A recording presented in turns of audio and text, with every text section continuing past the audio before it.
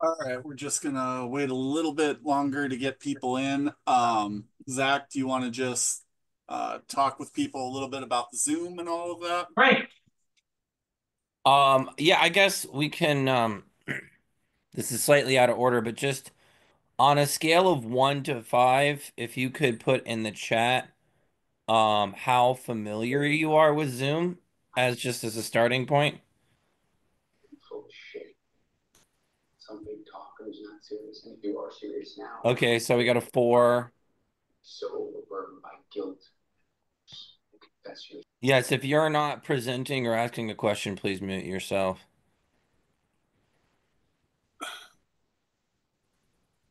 facts. Okay, 3s, 4s. Okay, so I'll touch on how to do things a little bit, but I won't spend too much time on it then. Sounds like people are pretty familiar. Um, and I'll also say, like, if it comes to it, we can walk you through individually any sort of tech issues that you might be having. Yesterday, I spent over 30 minutes Hey, working with a it's client or crazy stuff. working with a Look, member who man, wanted to write an email to his 120 legislator. miles So out of golf. that's what I'm here for. We just think about that. It's a good man.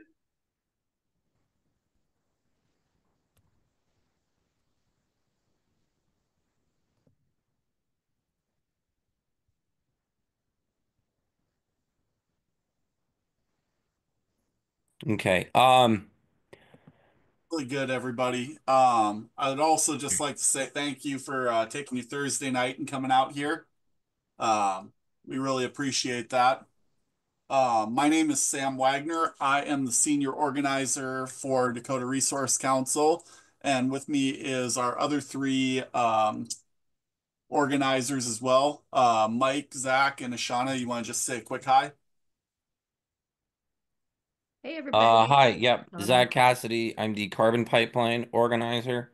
And then I'll also be helping with general lobbying efforts this year at the Capitol since I'm the only member in Bismarck. So if you're at the Capitol, and especially if the organizer who's leading the issue you're with is unable to attend, I will be available for any support and training or just guidance that you might need. Zach, how are you available? How would we contact you? Well, I can get you my phone number, and I can just make sure to be available that day, and I'll get your number in my phone. So if there's something, immediate, whether it's the location of something or last minute tips, what have you, I'm able to do that. Yeah, and Right, we will but be also sending out like a weekly legislative update, and we'll have Zach's contact information and all of our contact information as well. So, Yeah, and we talked about the DRC does have a base, a headquarters at the Kennedy Center, which is a building very close to the Capitol. So we will probably be using that as a base. So, 30 minutes before you would go, we maybe yeah. spend some time going over the bills in question, as well as ask as well as going over tips and training and maybe going into groups or what have you. We'll figure it out as We're getting a little ahead of yeah, ourselves. sorry, Mike and sorry, yeah. Ashana, Mike, do you want to introduce yourself? Yeah, absolutely. Just one thing before we go. Our all our contact information is on the DRC website. So if anyone needs to find us, you can just look up the Dakota Resource Council and it's all posted there. I'm Mike Rawlum. I'm the clean energy organizer based out of Fargo, North Dakota. I've been here for about 6 months. Did some other things. Yeah, Shawnee, you're up. hey, everybody. Ishana with Dakota Resource Council. I am the Rural Electric Cooperative and Clean Energy organizer. I work with Mike around clean energy here in Fargo. Happy to chat with anybody after the call if you've got some interest in that area. Yep. And we will also be posting this on YouTube as well. So if people, missed it, we'll have a brief overview of some of the training of the legislative website. So with that being said, we just did a little bit of Zoom instructions. If you can, please mute yourself. And if you have a low connection on your internet, sometimes turning off your video screen helps lower your bandwidth on that. Let's go over the agenda here. So we just did introductions. I am going to give a brief overview of how the North Dakota legislature works. Then we'll be talking a little bit about the roles of organizers and volunteers. And then we will begin a training session talking about the North Dakota legislative website and how to use the bill tracker, how to log on, and how to submit written testimony in formats. Then after that, we will give some tips and best practices for both giving in-person testimony and virtual testimony training. We'll have a brief story from Dr. Becky Phillips, just talking a little bit about her experience and how she's still alive to tell the tale about the story. And after that, we will do a brief legislative update about some of the bills that we've seen in our respective areas of organizing. And then if you guys have any questions, comments, or concerns, we'll take most of them. But the ground rules are typically if we're going a little fast or if there is something that needs to be clarified. If you guys take a look on your thing, you can basically use a reaction. There is a little heart emoji if you click your mouse at the bottom, right where you can change your camera. And if you pull that up, there's a little thing that says raise hand, and we'll have Mike and Ashana keep track of that for if there are any questions. Also, if you have any questions, please feel free to put them in the chat, and we'll have somebody monitoring the chat while we do our presentation. So without further ado, let's continue here. So the North Dakota State Legislature is unique in the sense that it meets only once every 2 years on the odd numbered years after elections. So we had one in 2023 most recently, and this will be the 25th or the 25 legislature. It will last from January to the first week of May, but most of the time we do see the legislative session ending by late April because they like to keep a few extra days in case they need to call a special session.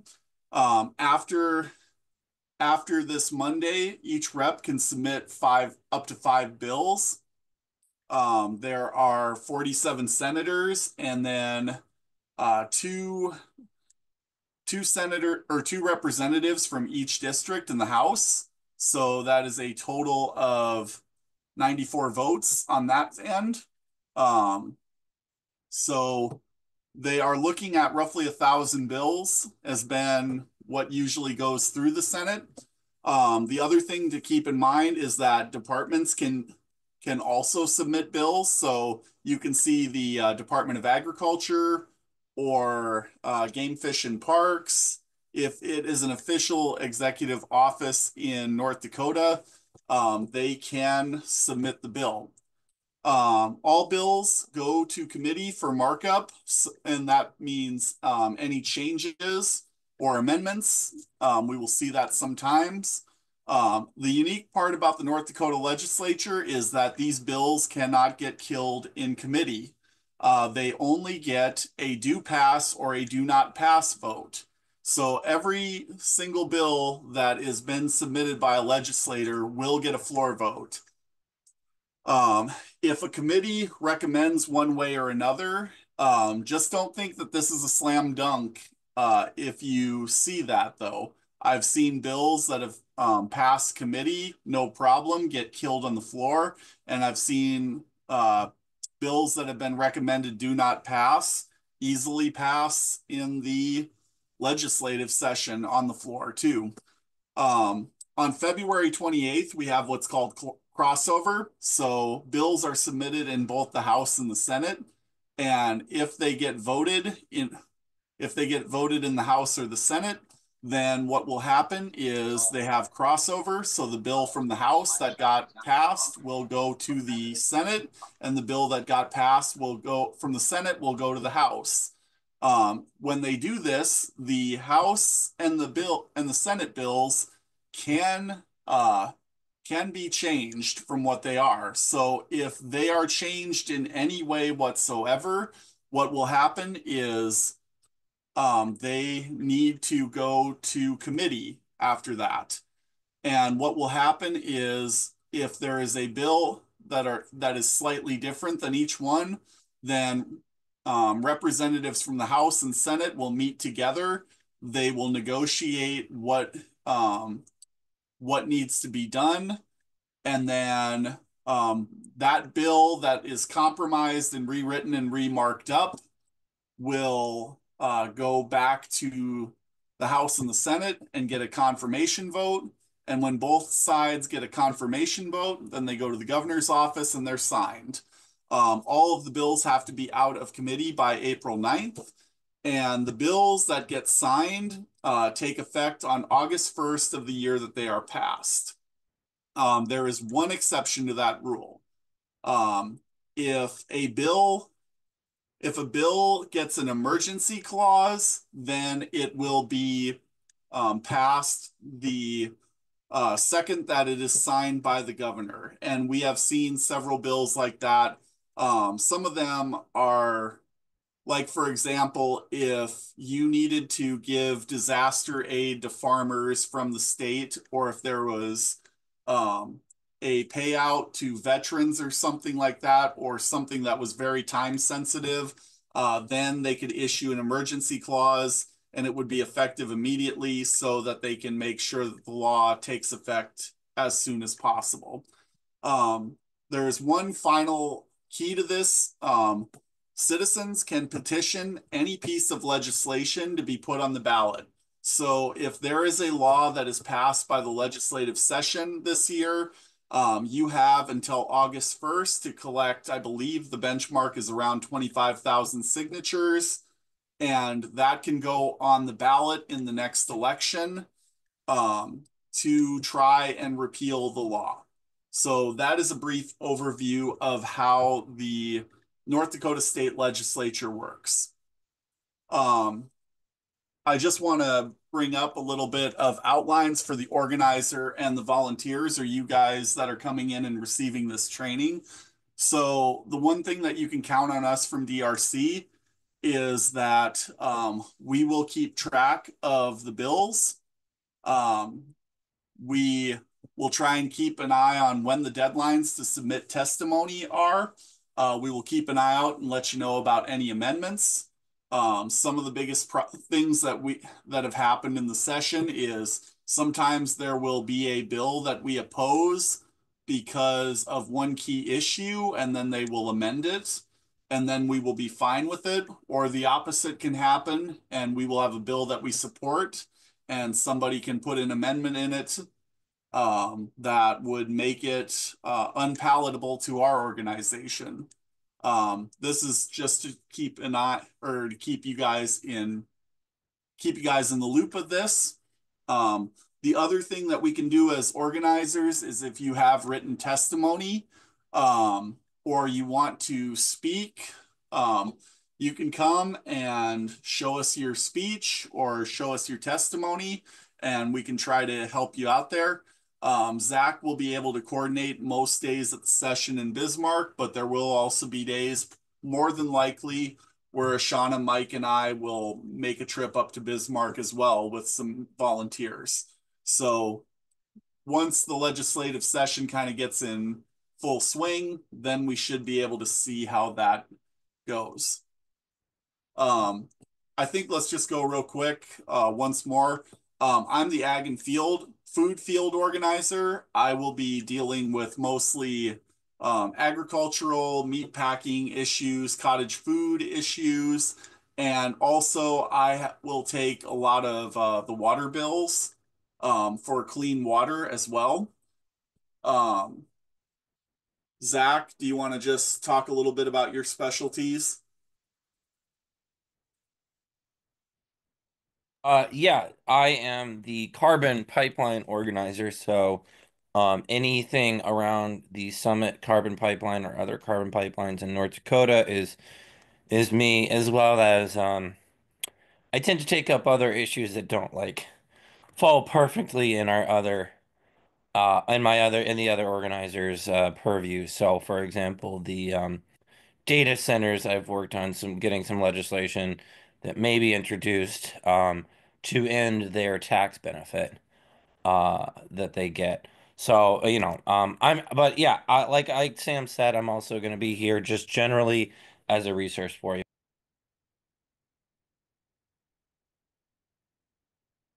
Then Mike and Ashana, you want to just talk a little bit Ashana, you want to talk a little bit about the bills you'll be trying to track? Yep. So as the Rural Electric Cooperative field organizer, I focus more on electric utility transparency and democracy within co-ops. So there's a couple bills that I'm personally tracking at the moment. It's a bill on allowing the Public Utility Commission to exempt electric public utilities from certain regulations. We're basically just tracking this one, and then we're also tracking another bill on the feasibility for a study on advanced nuclear energy technologies here in North Dakota. So those are a couple things on my end that I'm tracking. Happy to chat with anybody about any other bills that they might want to submit or that they want to track as well.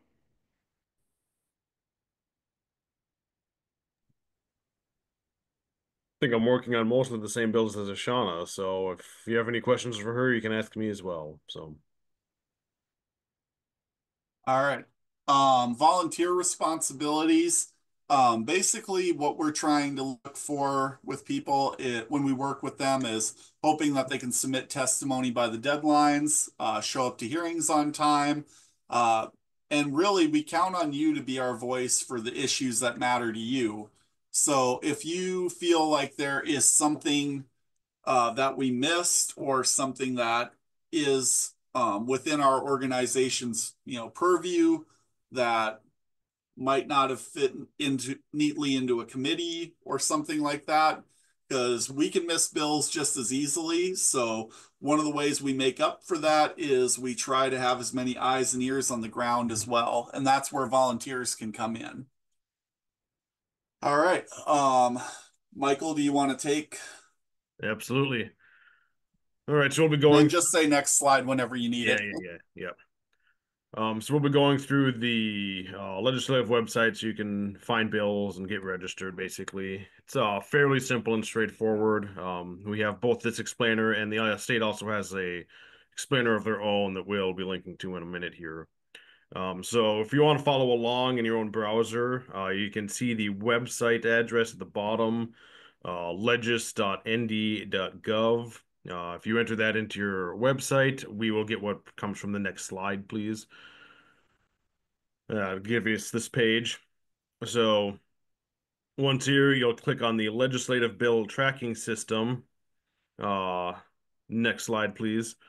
Or if you're already registered, you can hit the sign in button. Next slide again. Yep. One thing to note with that too is if you have applied for any state jobs in the state of North Dakota, or if you have any login for any other North Dakota website, like for example, with me, I'm part of the Gaming Commission with my board member for the Vets Club, or if you are a chair for or treasurer for any government organization recognized by the Secretary of State, you'll likely have a sign in the North Dakota system. Okay, so continuing, this is what we get to after clicking through there. You'll see the top link has full instructions and even more detailed version of this than we're going to go through. So if you're having any problems, that is the place to go. Otherwise, you will hit the login button and we'll get to the next screen here. So here are the options to log in. If you, again, like Sam said, if you have a existing login through the state, you'll do one of the top two. I believe most of us would be North Dakota Gov in that case. The rest of us will be down here. I think I log in with Microsoft, if I remember right. Uh, so once we're logged in, we come to this page. This is the bill tracker, basically. So as you see, the arrow points to the search bill function. If we can go to the next slide, please. So this will give us a variety of things we can enter here. So if you know the bill number, you can just search it that way. It's easy enough. The alternative is to hit bill text and then go to the next slide, please. Then you can enter a set of words. In this case, we were looking at something about a public hearing earlier, so we searched that, and then all the bills that had public hearing came up. So those would be listed below, and then you can search through them for whatever keywords you might be looking for. Yeah, and there's also a major topic index Yeah. right up here too, which is really helpful as well. Mm-hmm. So then registering for testimony kind of goes through the same process. Next slide again. There is a link there if you need more help going through this. So up at the top here of that initial page we were on, and I believe it's on all the subsequent ones as well, as the Legislative Assembly. So when you click through there, it will bring up this menu on the lower right. You'll click on 2526. Next slide. You'll get to that, come through the next page, and you'll scroll down a little bit. This isn't right at the top, but it's probably a full page length down, I would guess.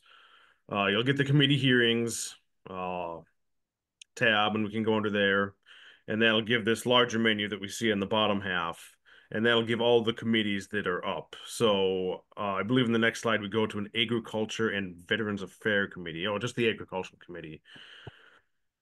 So here it'll list all the bills. Then we can click forward them. They'll have a little bit of information on the sides. In this case, the deadlines for testimony. Next slide, please. Yes.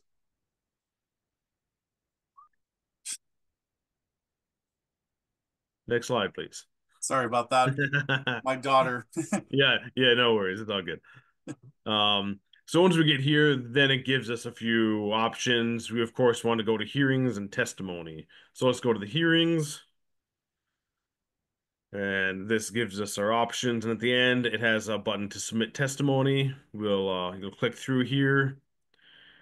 And this will give you, this is fairly detailed one here. But you'll enter your information, and then it'll give you the option to browse your files to upload, which is in the center there, center on the bottom.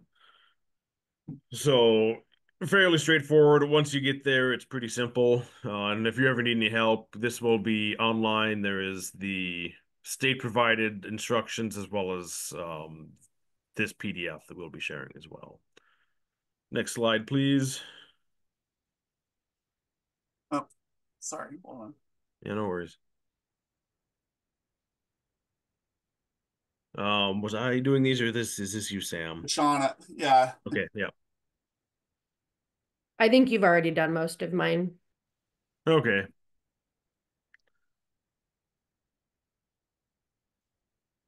But I guess the biggest thing that you need to look at here is if you don't see a bill number but committee work, the testimony may not yet be submitted.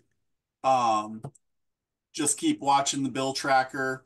The deadlines are usually about an hour before the start of the committee hearing. So if you can't make it, you can post a Word document 1 hour before.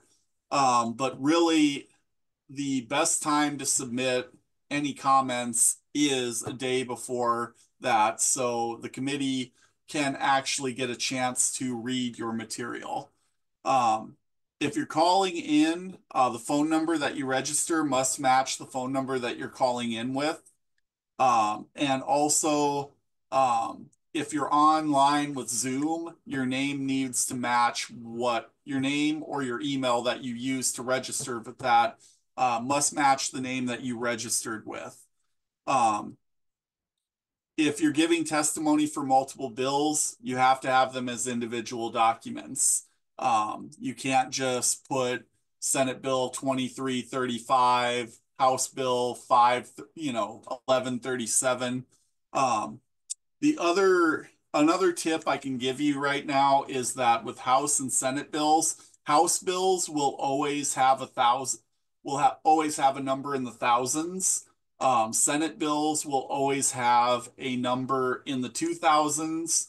And then if there is a House resolution, it will be in the 3000s, is how they typically classified it. Also, when you submit testimony, you cannot submit more than five files per person. So keep this in mind if you are trying to submit scientific documents or any type of long material. It never says that. It doesn't actually limit you to how many pages. It just limits you to files. So if you had, if you basically said, I've got this entire published study that's, 30 pages long, that counts as one document. And then you might want to have a cover letter or something like that that's 2 to 3 pages long that can basically that can basically talk a little bit about what you're doing there. I believe Zach was the one who was doing written testimony in format, correct? Yeah, I can do that. Yep.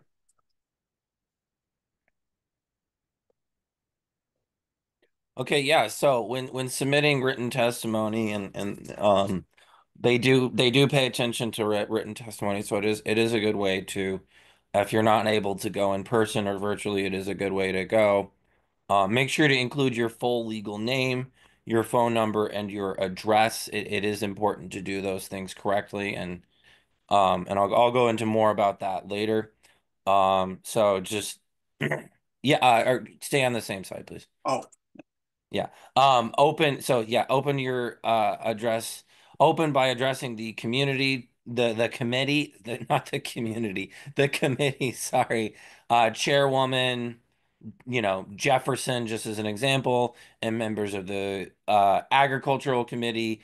My name is Zach, and I live in Bismarck. I am testifying on behalf of as a member of DRC. Thank you for allowing me to testify today, and then go into your reasons, and then close with, I urge the committee to oppose, support, what have you.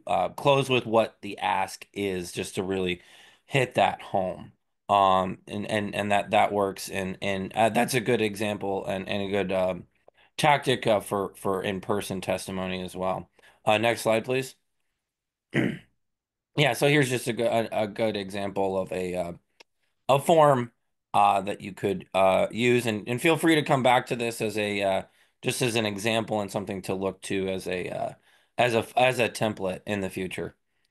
Next slide, please. So while it's not necessary, you can cite sources if you want to. So especially if you're, a technical expert, it can be really good to strengthen your testimony. But be sure to also include personal story. That does still move people, and that can still be the most valuable and impactful strategy that we have, even when you're dealing with policymakers. Maybe especially when you're dealing with policymakers. Next slide, please. Oh, thank you. Yeah, so here's an example. Just pause for a second if anybody wants to skim that. And as we've mentioned, this will be available online as well. yeah. One thing to note from that too is note here how there's a do not pass, like in bold letters, do not pass, make it extremely clear that you Yeah. are in favor of, in opposition to, or if you are neutral, like there is certain aspects of this that will have that will affect things. Typically, you use if you have mostly positives, but if you still want to address certain flaws in the bill, you can say that you are in favor of the bill, but there is this, there's this one little thing that I don't like about it. For example, there's a raw milk bill that I have is I'm in favor of raw milk, but I want you to label it as such. I'd like to have stronger labeling laws. So you can be in support of something, but you can still criticize. And you can also oppose something, and you can still say, well, there's actually some good parts of this bill too. Like, or this bill does have a noble cause. You're just doing this the completely wrong way. So keep that in mind when you are giving written testimony examples. Thank you, Sam. Yeah, Yeah, that's helpful. Oh yeah, and then yeah, yeah, so just general when you're giving testimony, whether it's written or oral, tell your story and why it impacts you. I am concerned about the carbon pipeline as a member of the Bismarck community because I know that if the way station 6 miles from Bismarck were to burst, it could kill me in my sleep. That's an extreme example, but it is an effective one, right? Share your own perspective. I don't believe in climate change. Sorry, I don't believe in carbon pipelines because I think they're a false climate solution. And I think they're a threat to public safety. That is my perspective around the carbon pipeline. Share your thoughts. Put it in your own words as much as possible. And remember, you don't have to be an expert to be a good public speaker. Public speaking is oftentimes listed as people's greatest fear, but it's really not as scary as your mind may be thinking. And my advice and what I do to avoid that and avoid being nervous is just to prepare. Practice your speech a couple times if you want. That can do a lot. And you don't have to be the best writer either. Just share your story, share your perspective. We can also work with you to provide talking points so that sometimes getting, words in your own voice is hard, and so we can walk you through that. And so if you're having trouble with that, feel free to ask the organizer that is leading you in a particular policy area or bill or what have you. Next slide, please. yeah. So, tips for giving testimony. I know that these elected officials sometimes feel like, giants or scary. They are normal people just like you or me, just less honest. So just feel free to talk to them. Um, You can also read your written testimony verbatim if you want to, just to really hit it home and, to avoid having to write more than one speech. But you can also speak your words in the moment, whatever you're comfortable with. I rarely go word for word in my speeches. I kind of have what I'm going to say, and then I go off the cuff a little bit and use it in my own words so it feels more natural. That's what I'm comfortable with, but whatever you like. If it's your first time, maybe you do want to go verbatim and just read off the paper. If you're just sitting there looking at a paper and reading it, that is better than nothing. So, really don't put too much pressure on yourself and just relax while you're there. I think that's the best thing that you can do. And like it says, just be yourself. Next slide, please. Oh, one other thing on that also says it is just remember it's okay to say I don't know the answer, or Oh I can yeah, thank you, follow up. Sam. Yeah, I can follow up on that. Yeah, Uh, don't feel, because some people in those situations will feel the need to almost make something up or guess. Don't do that. Don't do that. It's always better just to say, I'm not sure, I don't know. I can try and find, if you're, maybe an expert giving testimony, maybe you could say, hey, I can find that out for you. Something along those lines. Next slide, please. yep. So this is a little bit into best practices here. Um, the one thing I will always say about working with committees is I use sports analogies a lot, but I say always work the refs in your favor. You want at best case scenario, you want that committee to think that you are one of them.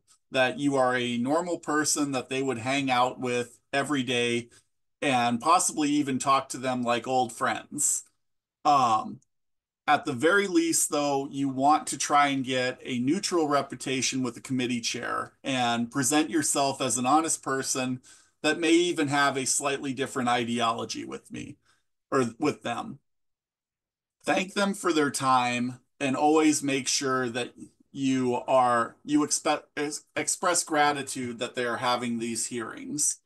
Um, to prepare for your testimony, always try to read your opposition's testimony beforehand and try to make sure that you understand what arguments are going to throw at you, because likely when you say oral on your oral testimony, you usually finish up with I'll yield any questions. So every once in a while, you probably will get somebody on the committee that will ask you a question.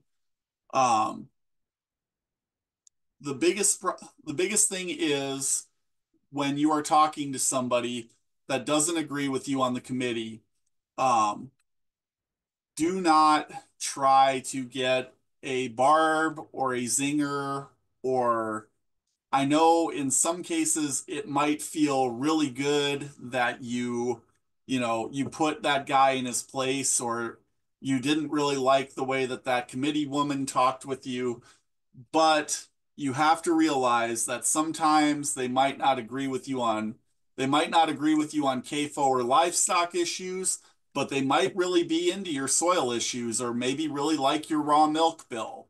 So you have to realize that they're human too. And by knowing that they're human, you also realize that they can be petty with you as well.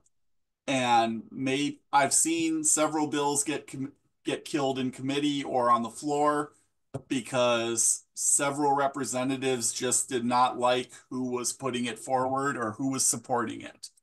So that brings me into my next point: get allies to come in and testify. Don't be the lone person speaking if you can't help it. Finally, the last thing is do a little homework on your committee members. Try to figure out what is their self-interest. Do they have ideology that they really subscribe to? And who is pressuring them to put some of these bills out? You can take a look sometimes and you can see various interests like the oil companies, the pesticide companies, livestock operators, the coal industry, outside investors, um, campaign donors who are asking them for a favor. If you can at least start figuring out where they're coming from, you can at least learn how to beat them. When you get a group of people together, sometimes the best way to tackle a bill is to bring a small group of people, or preferably a large group of people, to come and testify. So that usually takes a prep meeting or two. Decide within your group, decide what bills are most important. Also, the other thing that you need to realize when you are bringing a group of people together to testify, that some people, this is a very sensitive issue for them. There can be triggers when this happens, so try to be aware of that. For example, I have often helped people I have to be very mindful that if these bills pass, or if there are policies that pass, some people can lose their farm, and their farm is their livelihood. And, I might be able to go home after I lost and say, oh, I lost. But some of these people, when they lose, they might lose everything. There was a hemp bill that I had that was very much like that, where the woman I knew, if the bill passed, it would make it illegal, and she couldn't do business in North Dakota again. So it's things like these that you do have to be very mindful of. So work with each other, ask questions to each other to sharpen your skills to be ready for opposition. And if you have a large enough group, sometimes it can be effective to coordinate what you wear. If everybody was coming in with a red t-shirt and jeans, or if you had like a very specific outfit that you wanted to wear to show that you were a large group, sometimes that can be very helpful. I once had, when I fought a soybean plant, I asked everybody that opposed it to wear red. So when the city council members sat and looked out into the crowd, there was a sea of red people sitting there. When you're going to Bismarck, make sure that you know who the lead organizer is for the day. If there are multiple bills, you might want to have your group divide and conquer. Sometimes you will have two bills at the same time, one that will be in the House committee and one that will be in the Senate committee. So you might need to take some of your people and go up to the House and have a few of the other people testify in the Senate one. Try to organize to see who's going to say what. Sometimes, yeah, you want to make sure that your technical expert is talking about the technical aspects of things, and you want your mother of two that has to deal with their well water being contaminated. They might be a better fit for that. So figure out who your fit is for that. When I say be professional or ordinary to look your part, what I'm really trying to say is uh, you want to look either like the people that are testifying. So if you're a rancher, wear your nice belt buckle and your nice button-down shirt and a cowboy hat. Look your best, look the part of the rancher. Or if you're an ordinary everyday person, you might want to look as, business casual at best. What you want to avoid is I've seen people wear a superhero flag with a pot or with a pot leaf on the back of it, Hillary for prison t-shirts, or hi, I'm Droney, the drone shirts. Like stuff like that will send a message that you are not, it'll hurt you more. It'll basically cause people to pigeonhole you and not listen to you. So your best bet is to look as professional or as ordinary as possible. When I talk about is there an open night, if there's an open mic, take it. Sometimes these hearings will only have a short amount of time and a lot of people speaking. If there is a pause and nobody seems to be getting up to speak, get up and speak, because you might not have a chance. The other thing that you can do with that open mic is have a copy of your written speech, or if you have somebody that is not there, you can also bring that up and turn that in to the clerk that is sitting up with the committee. And if you do that, you can put your things into, or you can put those speeches and testimony into public record and have that on file. The final thing is when you're going to Bismarck, have a plan, know when and where you're meeting, because you're going to have to go through security and you're also going to have to navigate through the building and figure out what room you're in. And then just make sure that you have pre-testimony and post-testimony talks. And the last thing I will say about post-testimony talks is the place that you do not want to have it is definitely in the cafeteria of Bismarck. You do not want to do your post briefings there, because you never know who might be listening to you. And so you might get a bad reputation if you try to badmouth somebody in committee when they were talking, and word gets around the Capitol. So it's best to just try and do your post-testimony talks afterwards. Can I just say something about Yep. that slide, Sam? And then you're up next, Zach. Yep. So go ahead. Yeah. So just, we are here to help with this. Don't feel like you have to plan this yourself. We're here to help you. And we will probably be using the Kennedy Center as a place for these post-testimony talks, because that is a private place that we can control who's coming and going. And so we can have those open and honest conversations without worrying about wondering eyes and ears. Next slide, please. So when you're testifying virtually via Zoom, similar to testifying in person, consider what image your clothes tell people. If you're a technical expert, then probably dressing a bit like that is a good idea, as Sam said. If in doubt, just go business casual, wear a button up. If it's Zoom, generally, you only need to worry about the top half of your outfit.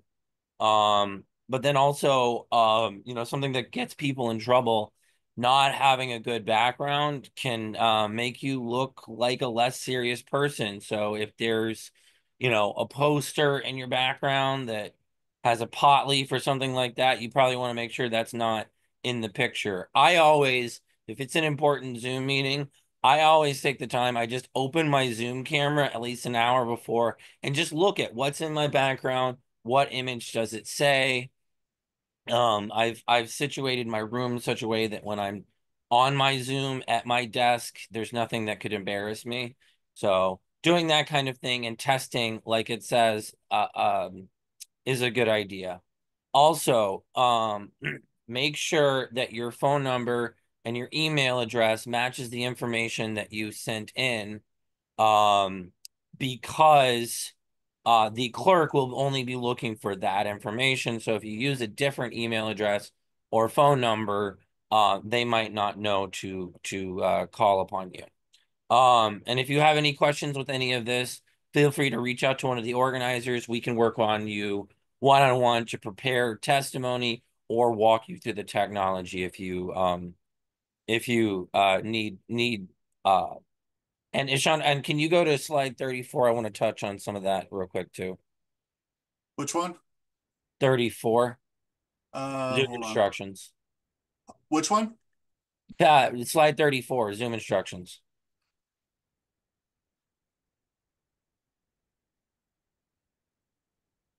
Oh, you might need to reset your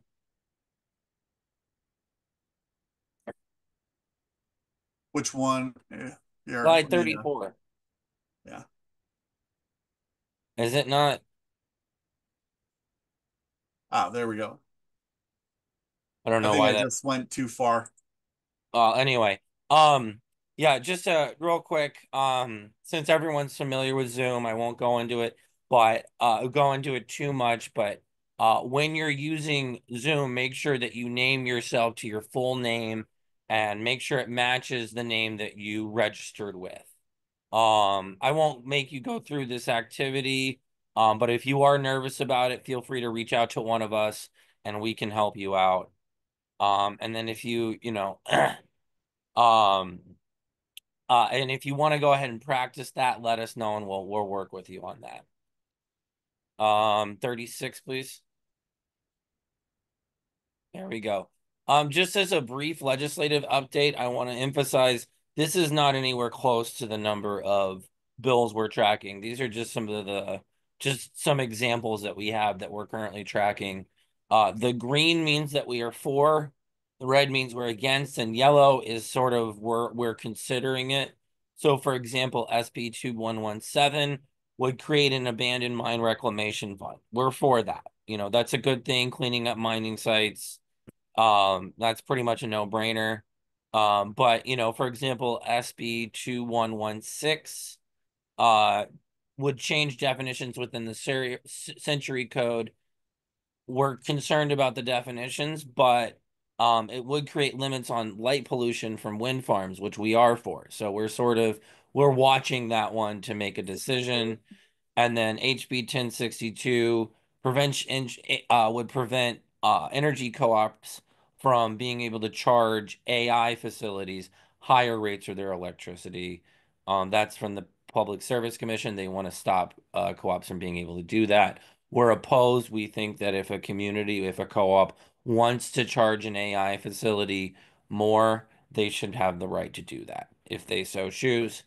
Um, and there will be more bills being added, and so I would recommend following along with your organizer whose issue that you're working on for updates on these bills. Next slide, please.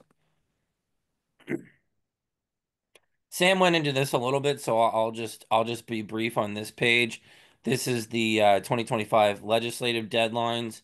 As you can see, the most recent deadline already happened on the 7th, with the session beginning. The next deadline is the 13th. That is the deadline for legislators to introduce as many bills as they want. After that, they are limited to 5. And then on February 25th is the crossover date for bills. So that's when bills from the House go to the Senate and bills from the Senate go to the House. Crossover, pretty simple. And then May 2nd, sorry, is the final day of the legislation. Next slide, please. So Sam will be hosting ag meetings Sunday nights at 7:30 starting the 19th. I will be doing something very similar for the pipeline. Follow along for more updates on that, and I'll be picking out a date in the next few days. And then Mike and Ashana will be sending updates via email. So you will be updated by staff.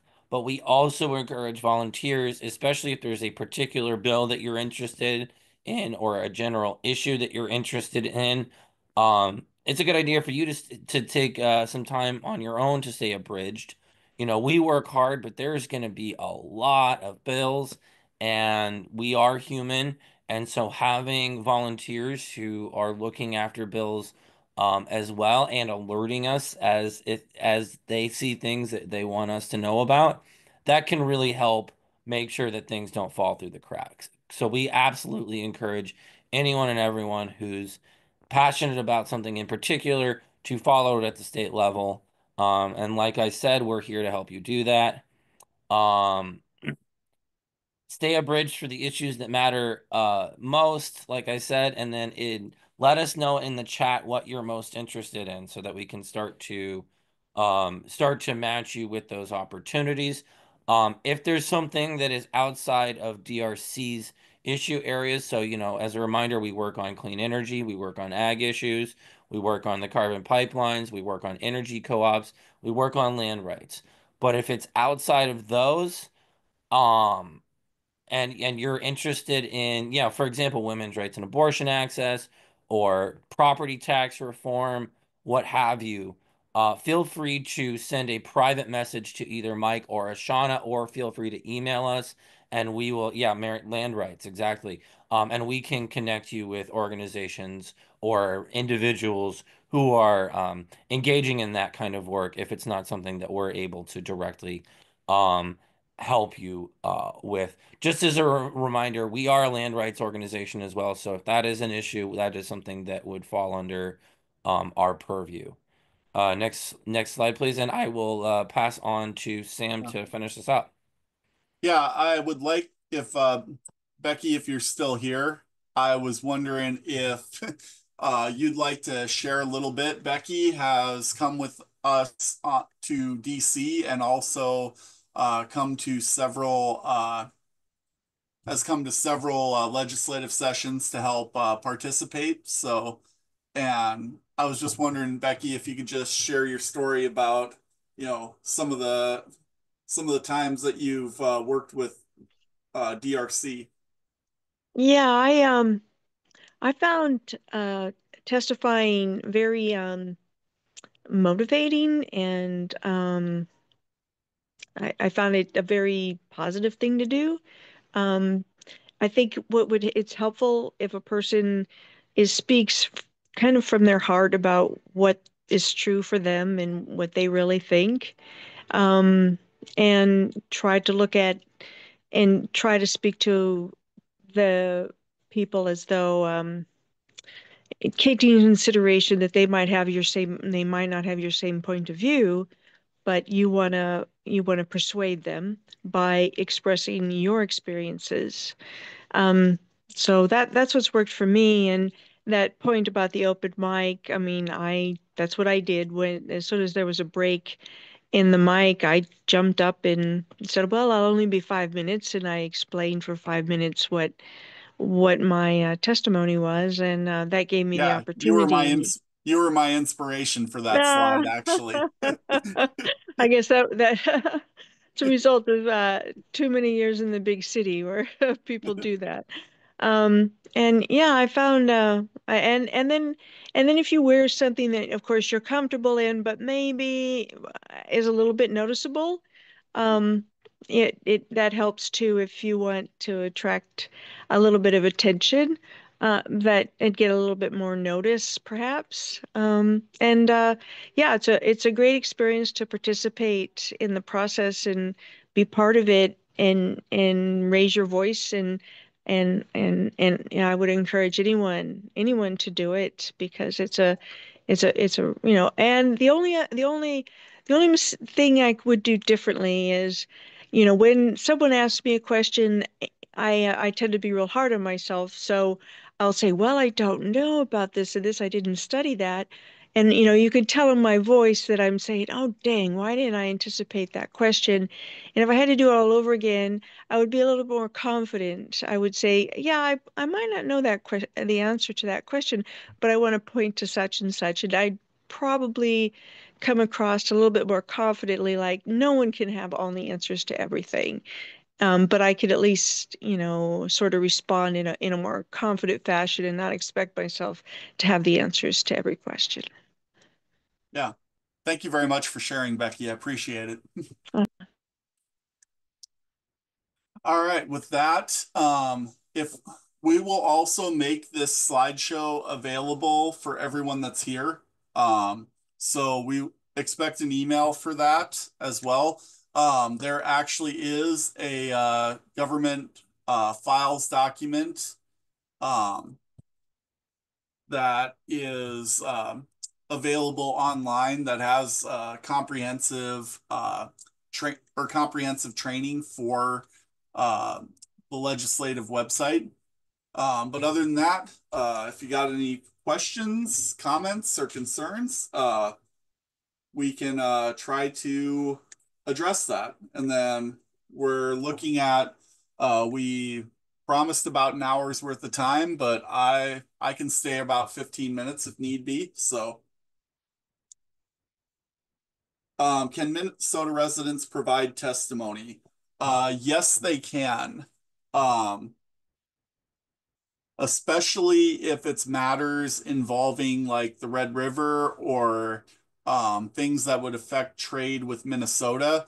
I have very reliably seen during my legislative work in North Dakota, people from South Dakota and Minnesota testifying for different types of bills, especially if they can use the angle that it's going to affect Minnesota in some way.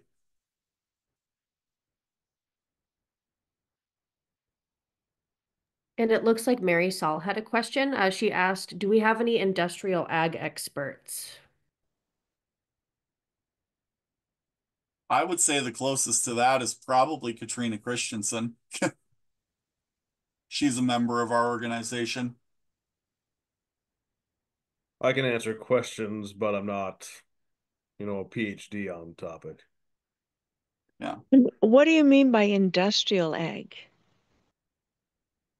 Crystal sugar, the factories, the processing facilities. Okay. Did you want to unmute and ask your question, Mary? We might have a couple of folks that could help you or point you in the right direction.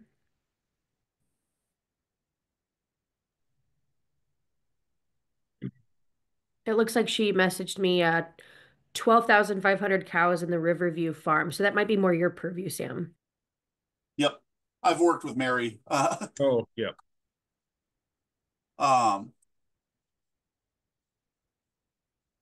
yeah, I would say probably our hydrologist, Dave Erickson, is probably our best expert that we've got that we've worked with so far. Um, but yeah, as far as looking into testimony and stuff like that, I've seen several bills already that seem to be directed at Riverview, so we definitely are going to have to organize with that and be willing to testify. The most recent bill that I've seen is actually a water rights bill that might allow agricultural facilities to skip the line in terms of water rights.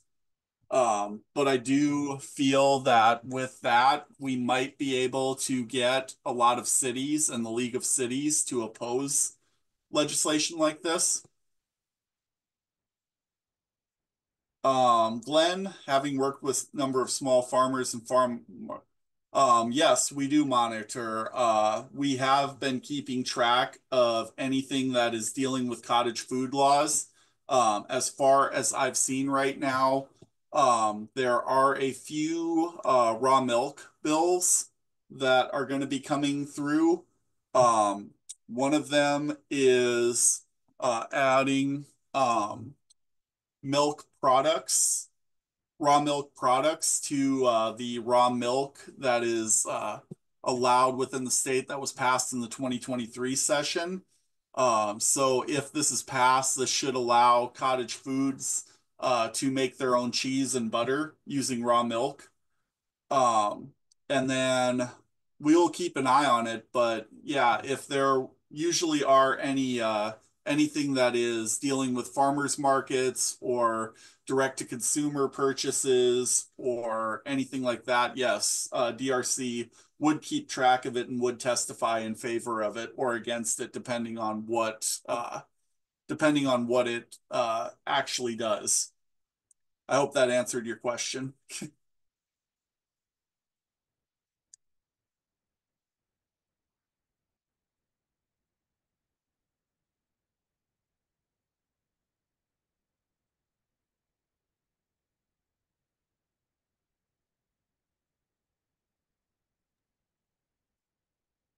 Anybody else have any questions?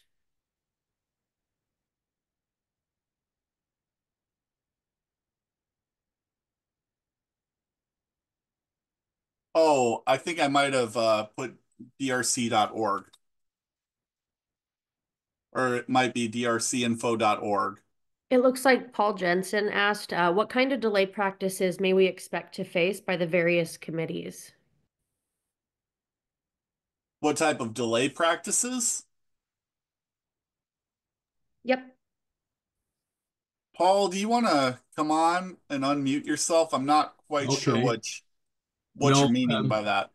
as a newcomer to this, I just want to know, if you go in and you testify to one of these bills, then often you see that not often, but you have sometimes seen that the things are being sent to certain committees, and that can delay the eventual process of getting them to be voted upon.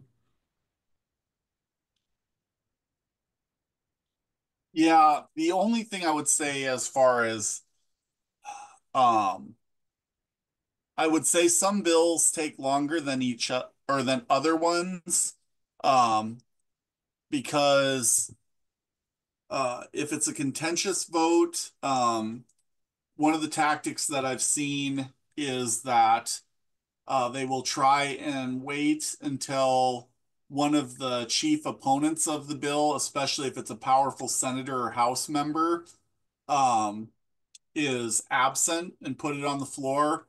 Or you'll also see some bills delayed until the last minute because one of the key examples I would say is that back in 2015, Al Yeager pretty famously said that we were not going to touch the oil extraction tax in any way, shape, or form during this legislative session. And it was literally it was like May 1st, like almost the closing day of the session, and they had to put in all of their appropriations bills for the last omnibus bill that would have finalized the budget for North Dakota in that biennium. And at that last second, he threw in the oil extraction tax, a reduced rate that was lowering it. Um, So I guess the biggest thing is though, like with the super majority that they have, typically if the Republican supermajority does not like a particular bill or the Republican Party of the state or the governor's office opposes it, typically what you would see is almost immediately it would get a floor vote and just be killed immediately. It's when there's some contention between, because typically in North Dakota politics, you will see there is a business wing of the Republican Party, a Bastiat caucus that is more of the Donald Trump, Kevin Cramer faction of the party, that is more culturally conservative. And then there is, obviously the Democratic Party, which could fit in a phone booth right now, with the number of people that they have. But at times between the Democrats and the Bastiats, if they don't necessarily like what the establishment or business wing of the Republicans are doing, you will typically see them possibly form alliances to kill certain bills as well. And in the same way, you'll also see the Democrats and the business wing of the party, if they don't want to do the what the Bastiats or the Donald Trump wing of the party wants to do, like for example, the transgender bills or that type of stuff. So you get some weird bedfellows and some weird alliances in North Dakota politics sometimes, and that's honestly where DRC can really make sausage, is if you can work with some of these groups when they have differing interests. But as far as trying to delay things, most of the time they don't delay it. They'll just kill it if they don't like it, because Okay. they can. If this was a more 50-50 legislative session where there's half Democrats and half Republicans, then I Mhm. might say that there might be more delay tactics if the parties hold a slim majority. But in this case, it's usually just kill what we don't like. Okay, thank you very much.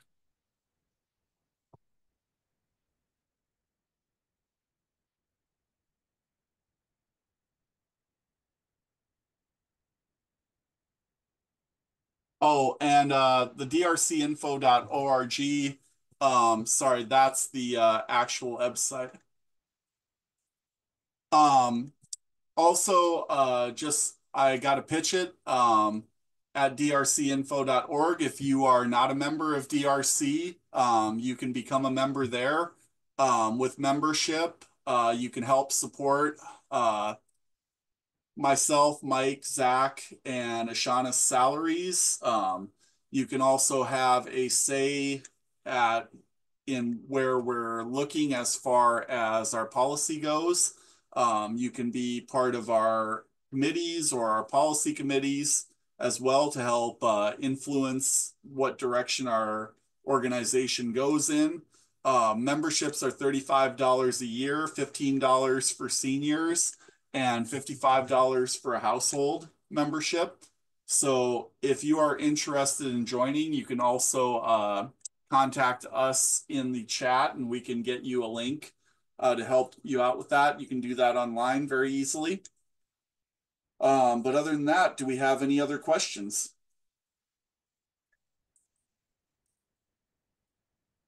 Sam, this is Becky. I don't really have any questions, but I just wanted to throw this out there while all this your whole all of your staff are here. Um, this would be something to consider in the future for people like Ashana that are doing energy and things. Is there's quite a push now, or an interest in looking at agriculture and agrovoltaics, and the idea has been made a lot of traction in with sheep in the western side of the United States, but now a lot of people are interested in putting solar panels on grasslands and having them grazed. And You'll be happy to so, hear this. Just talk to Yeah, Mike. yeah, yeah, that is me that you want to talk to right here. But okay, okay. so I'm We working actually on, hired Mike to actually cover that topic. yeah, yeah. Exactly.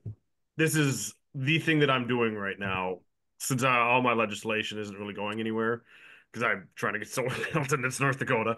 Um, but we actually tomorrow I have a call with I forget which government body it is, but they have an $11 million granting mechanism that we're going to look to get some money from to set up a actual agrivoltaics research center in North Dakota.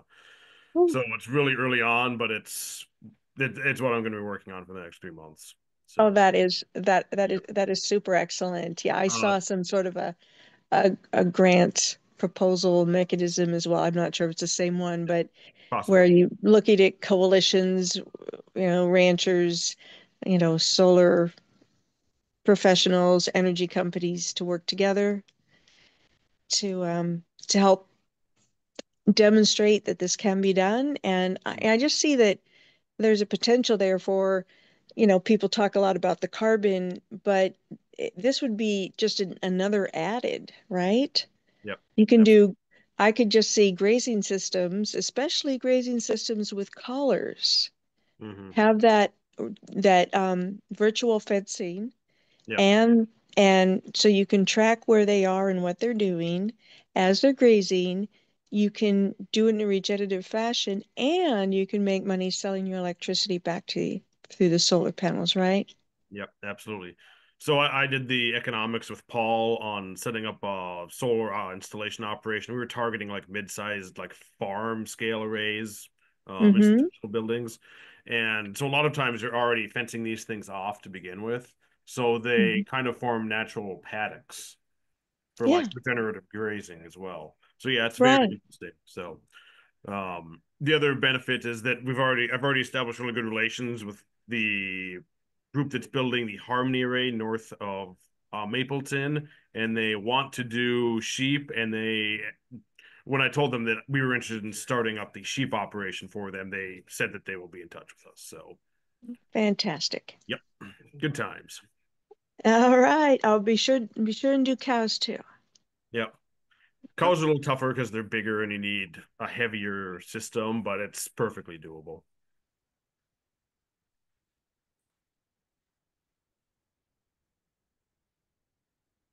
Yeah, it was really nice seeing a lot of new names out there. So really appreciate everyone coming out. And we will share this on the DRC YouTube page. And um, if there's anything else people need, uh, feel free to contact us. Thanks, Sam.